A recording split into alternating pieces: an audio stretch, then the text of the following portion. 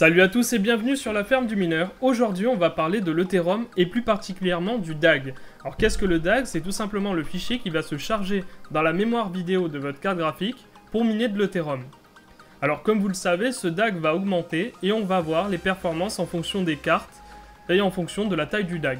A tout de suite.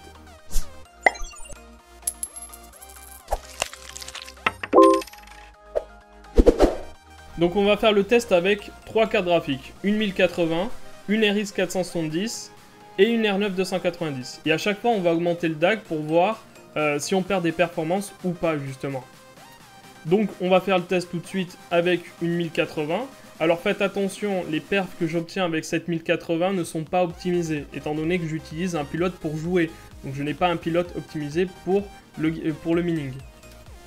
Donc tout simplement pour faire le test, Clément vous propose d'utiliser par exemple l'option benchmark. Donc à la fin de votre point BAT, celui que vous utilisez tout simplement pour miner. Donc à la fin de votre point BAT, vous allez tout simplement marquer "benchmark" et la taille du DAG que vous voulez. Si vous voulez une ordre d'idée, vous êtes actuellement à 130 avec le DAG. 130 ça ne représente pas le nombre de MO, mais ça représente tout simplement comment on va calculer le DAG. Alors là par exemple 130 c'est celui de base, donc on va faire un test avec le DAG actuel et puis petit à petit on l'augmentera. Donc on enregistre et on lance. Donc comme vous le voyez le DAG à 130 s'est chargé et on va obtenir bientôt les performances qu'on a avec un DAG à 130. Donc vous voyez que sur le côté, que la mémoire vidéo a augmenté, on est passé à 3392 MO. Alors sachez que là il faut retirer derrière la mémoire vidéo qui est déjà utilisée pour mes écrans par exemple. Donc ça risque de laguer un tout petit peu, mais c'est normal, c'est tout simplement parce qu'il mine. Donc là on a une performance à peu près de 23 MHz à 22,70 MHz. Vous voyez c'est pas folichon, mais c'est normal, c'est pas optimisé pour l'instant. Alors qu'est-ce qu'on fait par la suite? Eh bien, on va tester maintenant avec un DAG à 150. Donc vous voyez que la mémoire vidéo redescend, 1156 MO c'est ce qui est utilisé actuellement pour les écrans. Donc on va la modifier. Donc on la modifie, on va la mettre maintenant à 150. Hop, on clique. On va voir si ça a un impact déjà sur les performances.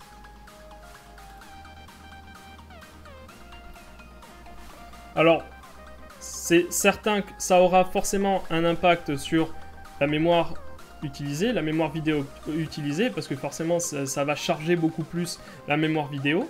Donc vous voyez que c'est une GTX 1080 avec 8 Go de mémoire vidéo.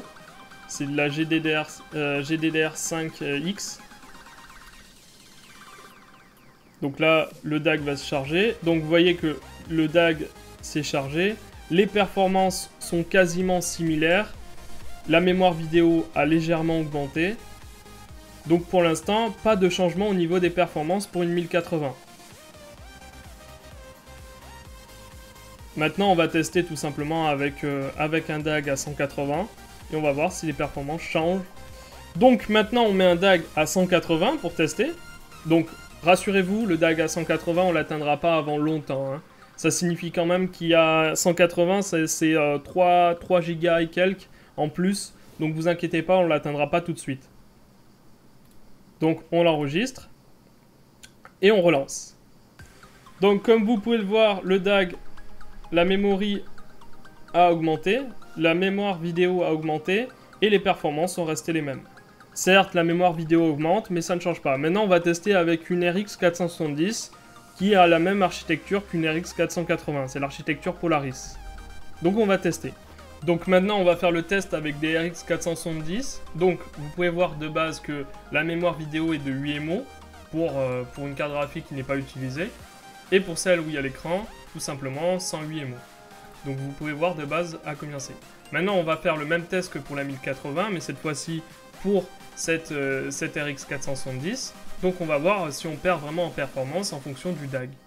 Donc on va tout simplement tester tout d'abord avec le DAG actuel, c'est-à-dire à 130. Donc là on est en train de tester avec le DAG actuel, c'est-à-dire à 130, le DAG que vous utilisez actuellement pour miner. Donc vous voyez qu'il n'y a pas de grosse perte de perf parce que c'est exactement ce que j'ai actuellement. Donc là, vous voyez que c'est le DAG à 130. Donc je suis à 26 MHz et à 24 MHz pour une carte. Donc c'est correct, elles sont pas optimisées, mais c'est correct. Donc vous voyez que la mémoire dédiée a augmenté. Maintenant, elle est de 2235 MO pour celle-ci. Et pour l'autre, elle est de 2133 MO. C'est normal, il y en a une où il y a l'écran pour afficher. Et tout simplement, vous voyez que je suis à peu près à 50, entre 50 et 48,39 MHz. Donc ce qui reste correct. Donc là, c'est de base. Maintenant, on va augmenter le DAG, tout simplement. Donc là, on fait un test avec un DAG à 150. Alors, sachez que même si une carte n'atteint pas les 4 Go, il est possible qu'elle puisse perdre en performance, étant donné que ça va utiliser beaucoup plus de mémoire vidéo. C'est ce qu'on va voir. Donc, voilà, le constat est amer, mais effectivement, on perd des performances vidéo. Là, on est à 22,79 MHz, alors que tout à l'heure, on était à 26. Et on est à 19 MHz, 19,46 MHz, alors que tout à l'heure, nous étions à 24. Donc, oui, l'augmentation du DAG a un impact négatif sur les RX 470. Donc, on va voir le test sur le deuxième. Donc, vous voyez que le DAG a légèrement augmenté, ici, en mémoire vidéo. Donc c'est une petite augmentation, mais malgré tout, cette petite augmentation a quand même eu un effet néfaste sur les cartes. Donc on va maintenant pousser un peu plus loin. Donc là, le DAG est à 180, on va voir les performances. Donc vous voyez que ça y est, il est chargé. Il est en train de se charger sur la mémoire vidéo. Hop. Donc le constat là est vraiment catastrophique. On se retrouve avec des cartes qui n'ont plus que 16,19 MHz de performance. On est passé de 50 MHz avec deux cartes à 30 MHz, 32 MHz avec deux cartes avec une augmentation du DAG. Donc en fait, ce qu'il faut comprendre, c'est que sur l'architecture Polaris, malheureusement, l'architecture Polaris, plus on utilise la mémoire vidéo, moins on a de performance en mining.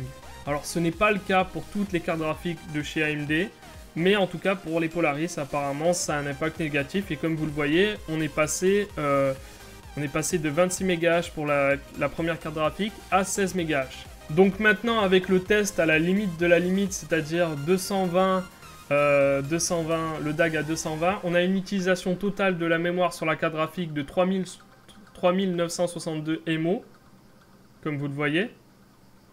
Donc on a des perfs qui ont vraiment chuté. Là, on se retrouve à 29 MHz, 29,91 MHz. Donc c'est vraiment scandaleux. Donc maintenant, qu'est-ce qu'on va faire? On va faire le test avec des R9 290, voir si l'augmentation du DAG a un impact aussi négatif sur ces cartes-là. Donc maintenant, on va répéter le test, mais cette fois-ci pour des R9 290. Donc comme les premières cartes que j'ai mises, on va les mettre avec un DAG à 130. Donc 130, c'est pas le DAG réellement, c'est l'utilisation du DAG, c'est un calcul pour obtenir la mémoire vidéo du DAG.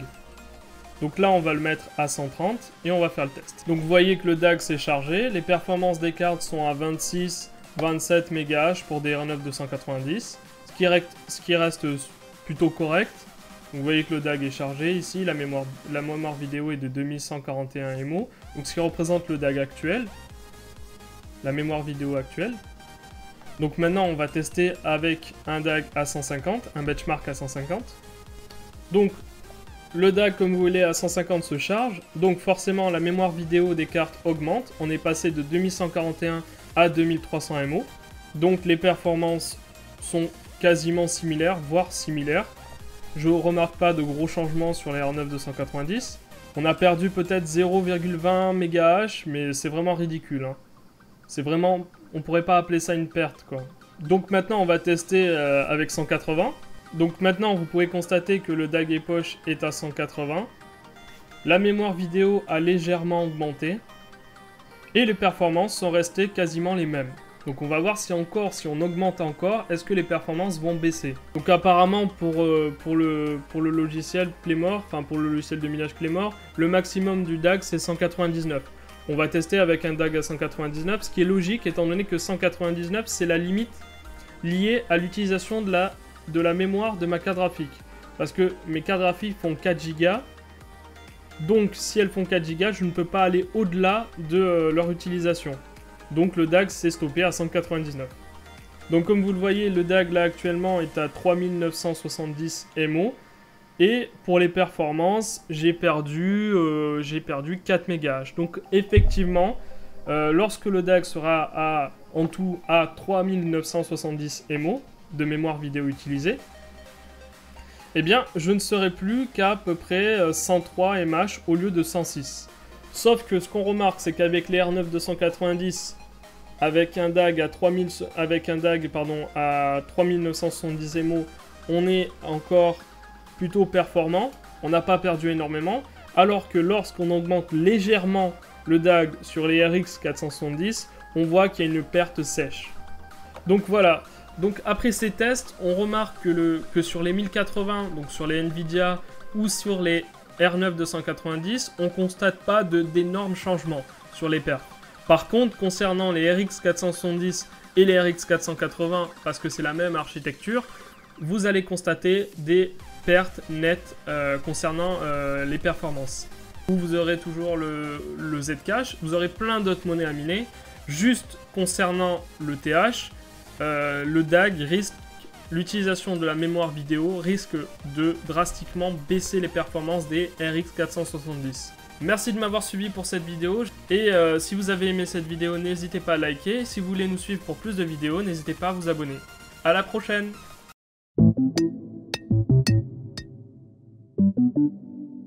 Thank you.